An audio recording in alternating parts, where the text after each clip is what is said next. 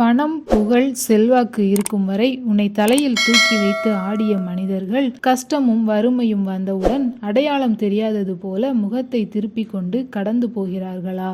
என் கையில் ஒன்றுமில்லாத போது என்னை நேசிக்க யாருமே இல்லையா என்று ஏங்கி தவிக்கிறாயா?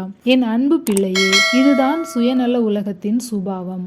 மனிதர்களின் அன்பு உன் கையில் இருப்பதை பார்த்து மட்டுமே வரும். ஆனால் இயேசுவின் அன்போ உன்னை நிறைவாக்கும்படி உன் கஷ்ட நேரத்தில் உனக்காக இறங்கி வரும்.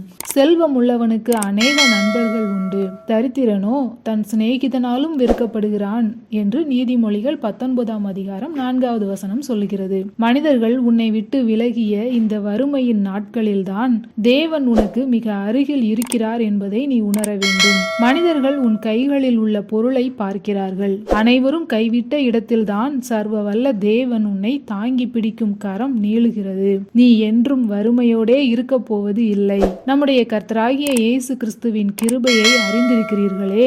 அவர் ஐஸ்வர்யமுள்ளவராயிருந்தும் நீங்கள் அவருடைய தரித்திரத்தினாலே ஐஸ்வர்யவான்களாகும்படி உங்கள் நிமித்தம் தரித்திரரானாரே என்று 2 கொரிந்தியர் 8வது அதிகாரம் 9வது வசனம் சொல்லுகிறது.